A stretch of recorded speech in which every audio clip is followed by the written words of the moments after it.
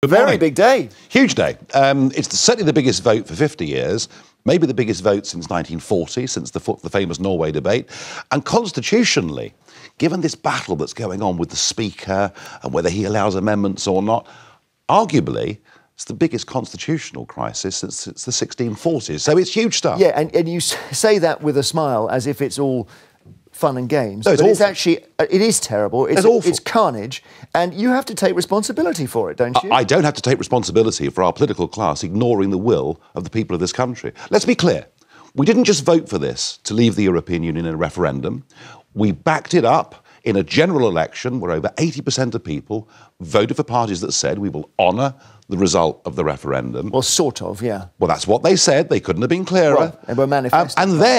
And then, do you know, 500 MPs voted for Article 50. And many regret it. 500 of them. Yeah. Well, hang on. They are our elected representatives. Sure. They took a decision, and now they're trying to wriggle out even of that. But I'm not, in a way, I'm going right back to the days before it all, Nigel. You powered this thing forwards, and here it's become a train wreck. It really has, hasn't it? That's because our political class cannot accept the idea that we become an independent country. They haven't got the vision, they haven't got the breadth, they haven't got the imagination, and clearly none of them are looking over the channel and seeing what's happening in France right now, what's happening in Italy right now. You know, the European Union is about to go through a massive wholesale change. Here's our chance to lead the way to a better Europe of sovereign countries working together. Right. We know two things about the House of Commons. The first thing we know, or think we know, is that they don't like Theresa May's deal. So that's basically going to be gone today. Yeah. The second thing we know is that they won't vote for a no-deal Brexit. Now... Well, they already have.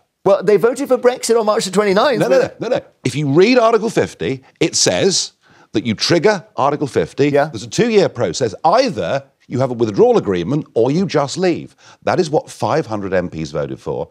That is what they should honour, but I agree with you, they won't. OK, but the problem here, surely, is that when you sold Brexit to us as a nation, you didn't tell us what kind of Brexit. And there are many different kinds. Because there's a no deal, there's a Brexit with a deal. No. Very simple.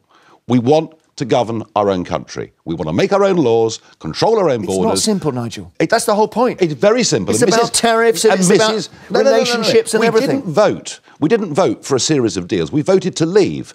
And Article 50 actually helped us in that because it gave us 2 ways of leaving. One was a withdrawal agreement, the other was on WTO terms. And that is what 500 MPs voted for. And what you are seeing in Parliament is a complete betrayal of the greatest democratic exercise in the history of our nation. OK, well, it's just this is all featuring on Channel 4 at the moment in a drama called Brexit, an Uncivil War, one-off drama. Benedict Cumberbatch, and he's not playing you, he's playing Dominic Cummings, and you're played by Paul Ryan. So let's just see how Nigel figures in this drama. Stay. Lead. I said I'd resign. People come back from the dead all the time. Look at Jesus. He only came back twice. It'll be my third. Now, look, this referendum, it's going to be a Tory-led Westminster operation with us being edged out. Me! And I've been, my whole bloody life, fighting for this, and I can't let that happen. And I won't. All right? All right. Let's go crash. What? Let's make a right bloody mess. Did that happen? Did Aaron Banks jump on the car? What a load of old cobblers. Shout freedom. I have never drunk vodka in my life. I'm very upset. The very idea... isn't it funny, isn't it? It's classic, isn't it, of so much of the media establishment that anybody that's got a voice and a view that is outside the mainstream is portrayed somehow as being a drunken yobbo and a lout. I've got many faults, but I don't think I'm either of those things. Right. Did you say even Christ came back only twice? Of course not. It's just a lot Would you consider... Would you come back as UKIP leader? Because you might find Brexit is cancelled at this rate.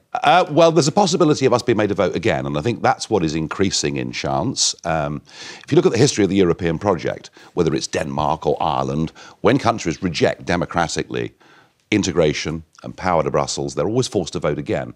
So I'm beginning to think that's perhaps where we're headed. And you've said on this programme before that actually you'd be in favour of a second referendum. I'm not in favour of it, but if it happens, I will accept it and fight it, and we'll win again, and I suspect we'll win the next one by an even bigger margin. Will you run the big bus with the famous untruth on it? Well, I never did that in the first place, so it was untrue, wasn't it? You'd have to...